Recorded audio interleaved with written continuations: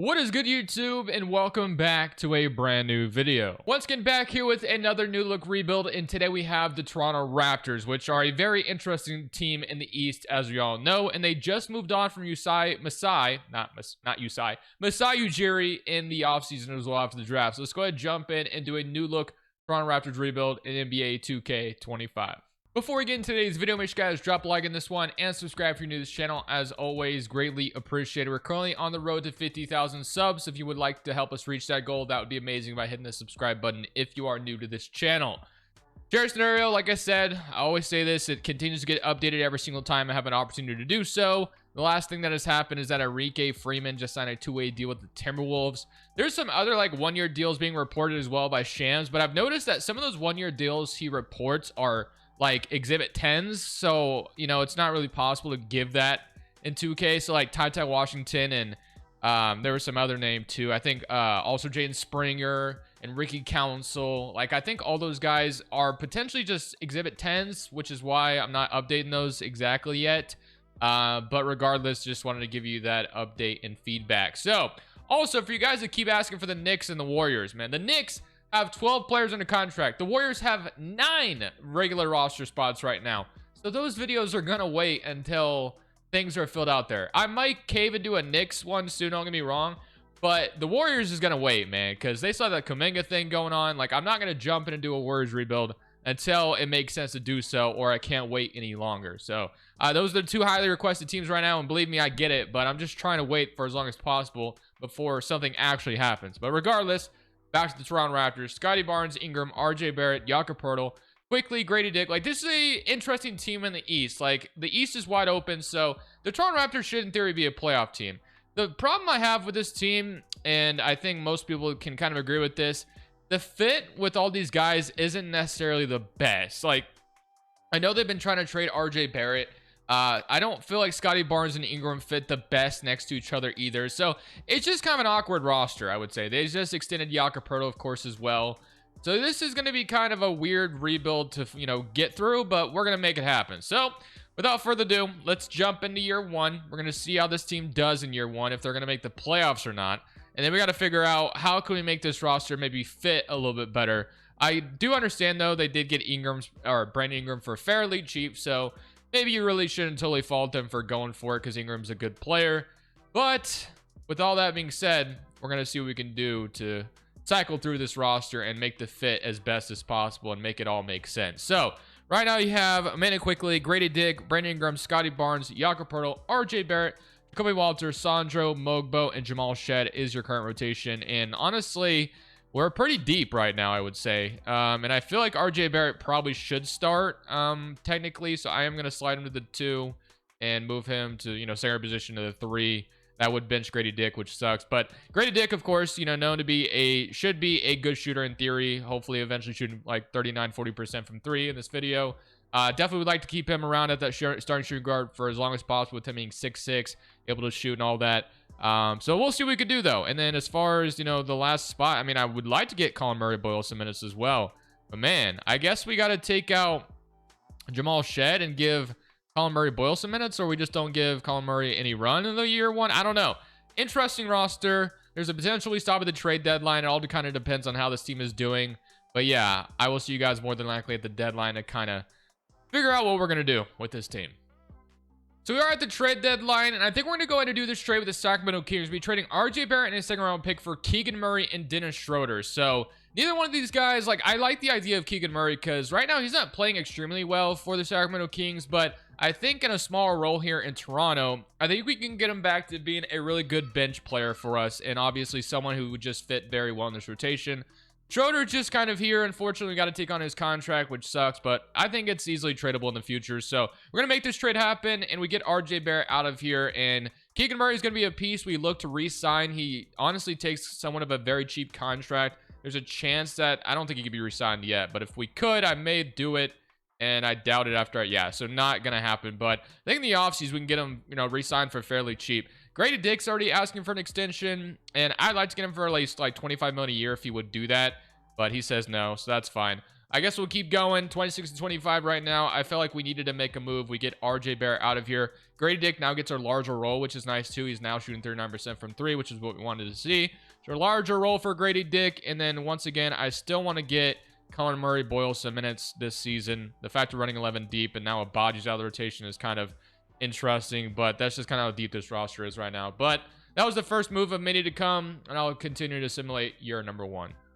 So at the end of year 1, Jokic wins MVP. Cooper Flagg's your Rookie of the Year. Hero is your 6-man. Wemby's your deep boy. Most improved goes to Trace Jackson Davis. Desmond Bane's your clutch player. And Mike Brown is your Coach of the Year. Nathan Mack is your executive. So here's your All-NBA first team, All-NBA second, and All-NBA third team, All-Defensive first team, and All-Defensive second team. So we do end up as a playoff team as the 5th seed in the Eastern Conference. We get to play a Chicago Bulls team. So you had 17 from Ingram, 16 from Scotty Barnes, 16 from Emmanuel Quickley, 12 from Grady Dick, 11 from Keegan Murray, 10 from Schroeder, 9 from Walter, 9 and 5 from Sandro, and then 8 and 8 from Jakob Poeltl. So in the playoffs, we are going to run just, of course, 9-man rotation, and this will take quite a bit of players out of the rotation, unfortunately. So like Colin Murray, Boyle, Shed, and Schroeder not getting minutes right now.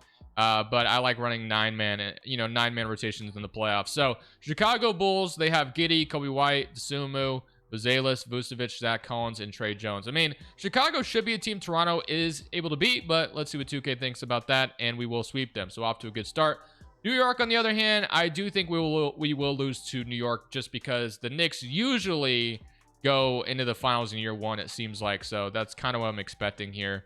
And I mean, maybe we can. Nah, I don't think so. So, well, hold on. We're going to make it a 6-game series at least. And now we're at home for game 6. Like, is there a chance we force a game 7 and upset the Knicks? Like, I guess it's a possibility, but I wasn't anticipating it. And a very close game 6, unfortunately, does not go our way. But all right, Cavs actually beat the Knicks, and it's going to be the Clippers. Wow, the Clippers finally get it done. They win a championship. James Harden's your Finals MVP. Here are retirements: Batum, Brook Lopez, Chris Paul, all retiring on a ring. Honestly, kind of cool to see that for Chris Paul, especially. All right, for the lottery, let's go see what we got going on here. So Atlanta, via that trade on draft night, gets a number 1 overall pick. The Blazers number 2, and then our pick is at 23. Okay, staff signing. I'm going to keep Darko. Got us in the in the playoffs, and we put up a fight. But I'd like to have more movement this offseason with this team and kind of establish an actual score on this team because we didn't do that last year, but that was kind of by design. So I am going to jump in and draft with pick 24, more than likely, or 23, and we'll see what we get, and then definitely be on the lookout for a potential another trade happening.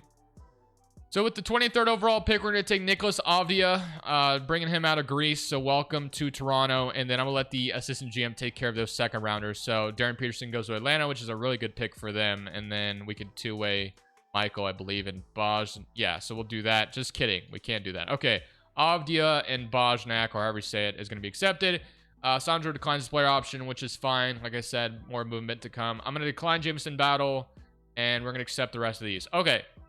Qualifying offers: Chomchi, Abaji, Elijah Martin, Chucky, and Keegan Murray, all free agents. So a big list of restricted free agents, 3 of them being two-ways, obviously. But Abaji and Keegan Murray are 2 guys that definitely catch my attention. So I think what I want to do is, start to establish who's staying and who's going. So first and foremost, Schroeder is not part of the long-term plan. I think if I could trade him this offseason, that'd be great. Jamal Shed as the backup to Quickly is fine by me. And then a Walter Grady Dick rotation looks good to me as well. Brandon Ingram is now in the last year of his deal. I low-key would like to find a different sidekick than Brandon Ingram to Scotty Barnes. I'm not going to lie to you. Just don't love those 2 next to each other. So might look to trade Ingram as well. Would not be opposed to it, but we'll kind of see. Jakob Poeltl, of course, the starting center. They just re-signed him, so I'll probably keep it that way. But all right, a lot of movement is still to come, so let's start to see if we can make some more moves. The Clippers need another backup point guard. So we're going to be sending them Dennis Schroeder in a second for their backup 5 they took at the 30th overall pick last year. So that's probably going to be our new backup center settled there. So that's going to be a good start to establishing kind of a rotation. So Jakob Poeltl and Yannick as your center rotation. I feel okay about that, so we'll definitely take that. And now next is a potential Ingram trade if we decide to make that happen. I'm not promising we're going to do it, but I'm definitely going to look at the idea of it and see if there's something that would make more sense next to Scotty Barnes here. So unfortunately, I did not find anything that I liked for trading, Brandon Ingram for. So he is going to stick around, actually. So the only thing I'm looking to do here is basically bring back Keegan Murray. Unfortunately, that means losing Abaji as well, which sucks. But Keegan Murray is going to be the cheaper option, or the better, cheaper option Keegan Murray doesn't develop much, but neither does Abaji, so that's why we are looking at potentially trying to keep Keegan Murray for as cheap as we possibly can. And I remember how, how much he signed for in the Sacramento video, so I'm looking to do something very similar here in the Toronto video. So as long as he doesn't get an offer, which we're getting closer to him getting offers, so let's come in here now and give him, like, again, like $14 million a year for Keegan Murray would be awesome if we can give him that. So we can also front load it. Maybe give him 15 at the top of it. He declines that right now, but we'll keep going. We should still be his number one offer. The Knicks are actually higher right now, but let's come in and offer that again. The $15 million a year, and we front load it. That way it goes down. Would you do that? He declines it still. Okay, last day to try this. Knicks are still his number one offer, so I'm gonna go 4 years, $15 million. Should accept this time, I think. Hopefully.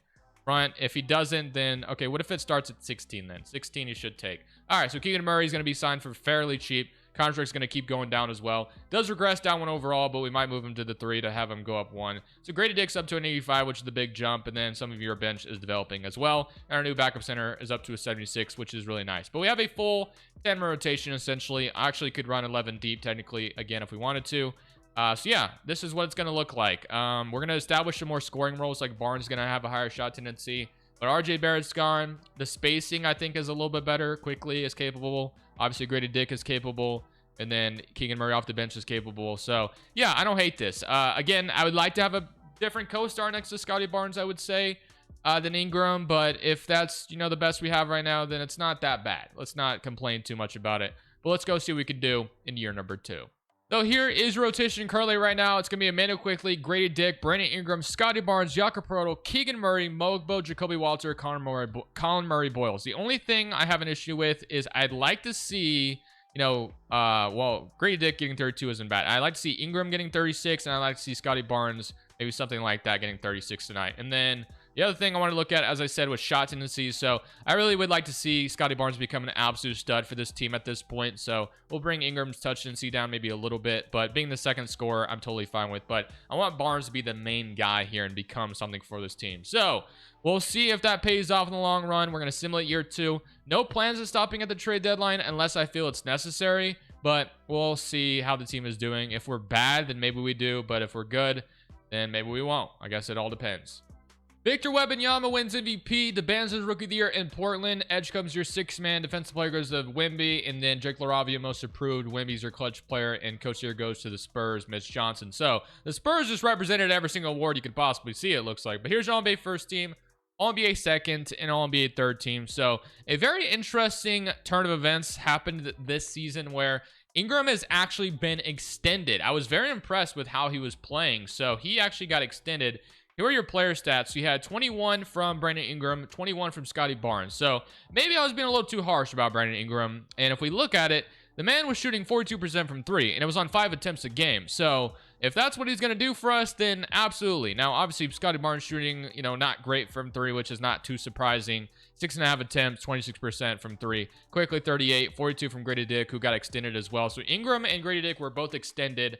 Keegan Murray with 40%. Like I said, this is what I wanted to see when I traded for him. In a smaller role, I kind of knew that was going to happen. So love to see that. His contract's going to keep going down as well, which is a beautiful part. So I love that. And then even Colin Murray Boyles, it probably wasn't many attempts, but 41% on 0.4 attempts a game.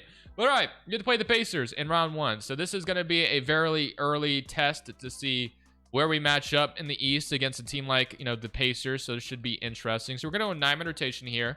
Game 1 is going to go to us. Good start. Game 2 is going to go to us as well. Game 3, going to go to them. Game 4 goes to us. Game 5, we beat the Pacers in 5 games. Okay, so do we get the Knicks again? It's going to be the 8th seeded Magic, actually. So the Magic, of course, I just did a rebuild on them, and that was a fun video. But Orlando, Toronto series should be interesting. So let's see how this is about to go. Remember the last time these two teams matched up, DJ Augustine, game winner in game 1, and then obviously the Raptors won the rest of the series there. But it looks like we're barely going to escape away with game 1 victory, which is a big win. So let's see if we can win game 2 as well and take care of both home games. But that was a very close game 1, and I'm seeing a very close game 2 here as well. But they've had to lead most of it, and they will take it. So 124 to 114. So we did get one in Orlando, and we do not. We don't get either one. So that's really unfortunate. So back to Simcast. Are we going to get second rounded again, just like we did last year? That is a potential that I'm seeing right now. And it looks like, okay, so we are going to actually force another game. So we can go back to Orlando and hope to get a road victory. We took care of all of our, well, no, we did lose a home game. So we got to win this one on the road to keep this series alive. And it looks like we might have done that. So we're actually going to go to a game 7. So 38 from Grady Dick, 5 of 14 from 3, but still got it done with, 38 points. So we'll take that. All right, Charlotte is awaiting us. If we can find a way to escape here, we may have a chance to go to the finals. So let's see if we can beat the Magic in this game 7 at home, keep in mind. So let's take care of business at home and get to the NBA finals. It's going to be a close game, but they kind of have a lead right now. We need a big run right now. Can we make it close and I can jump in and watch the end of this game? But I don't know. It's kind of not close right now. It is and it's not. But I don't think we haven't scored in like over 2 minutes, it looks like. So we're going to lose in game 7 to Orlando Magic. So we were literally 1 game away from getting to the NBA finals or conference finals.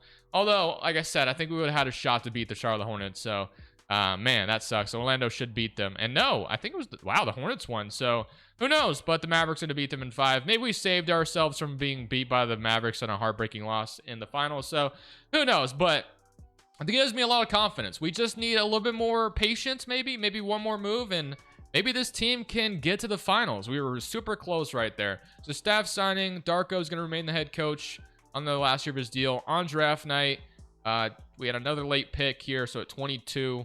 I don't know if there is a trade that makes sense for us right now. Maybe it would be upgrading the point guard position, perhaps. Like, I wouldn't hate that, so maybe we look into that. So let's see if maybe we can find something for Amanda Quickly in the 22nd overall pick.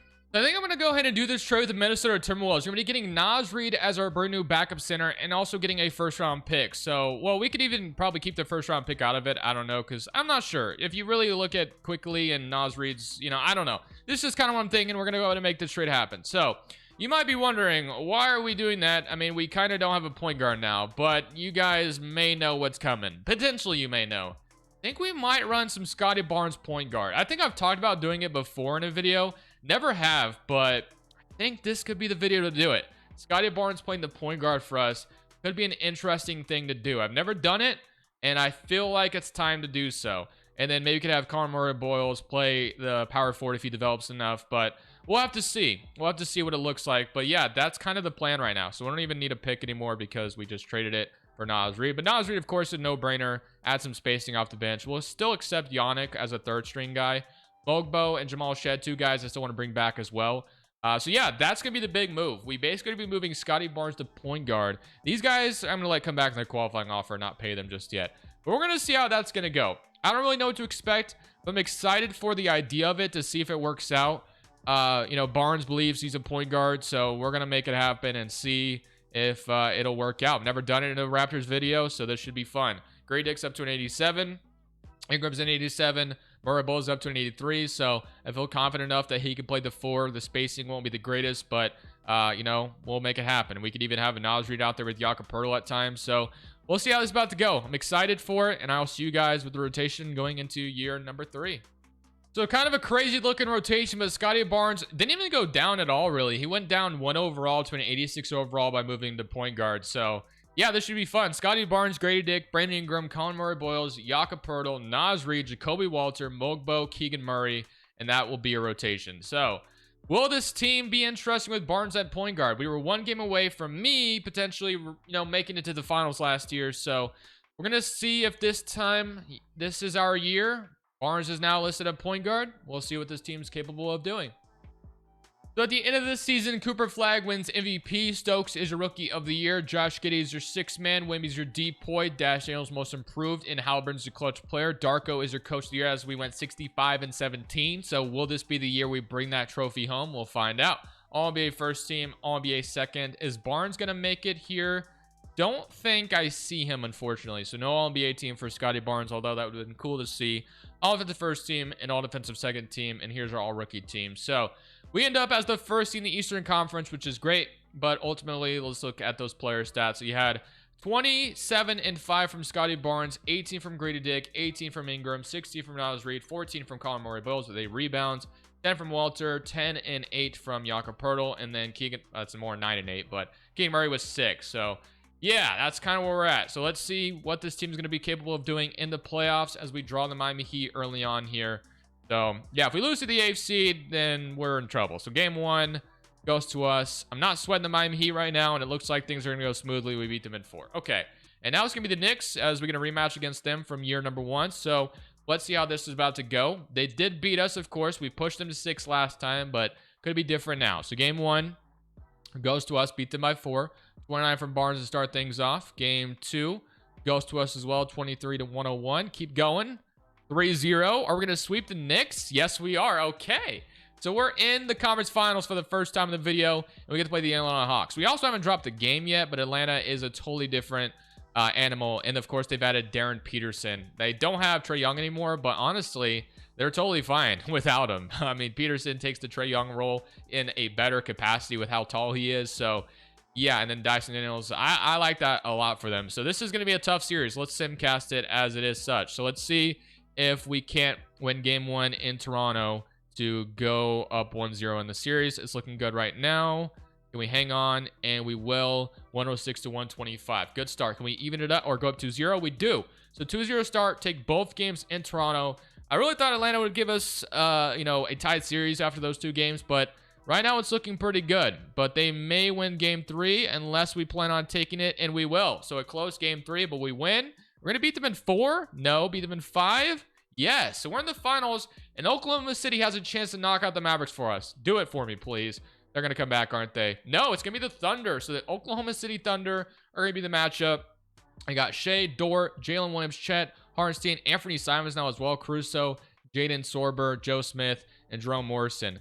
I feel like we have a shot. I know this is weird to say, and you guys probably understand if you watch my videos a lot, I feel better about playing the Thunder than I do the Dallas Mavericks, weirdly enough. So, will I feel that way when the series is over? We're about to find out. So, it's a game 1 right now with the lead going our way most of the game so far, but they've been right behind us. But no, we're going to win game 1, I think. Yes, we do. So, we win game 1, and now it's time to hopefully win game 2. We do go up 2-0. And we're up 3-0. The Thunder, like I said, they're a total pushover in the 2K sim. And low-key, we have just dominated this bracket unless the Thunder plan are coming back. But no, just like that, we beat the Thunder in 5 games and win a championship. Moving Barnes to point guard seemed like the right move. And yeah, this team won it all, so that's great to see. One thing I have noticed as well, that Toronto is a good simulation team, it feels like. No matter what it is, I feel like I've seen the Raptors be successful. So I shouldn't be too surprised by this result, but I hope you guys enjoyed the video nonetheless. I'm excited to see what Toronto eventually turns into, if they're going to be a playoff team in the East this year. But thank you all for watching. This is Crushables. I'm saying peace. Thank you guys so much for watching. Make sure you click here to watch another video that I know you'll love.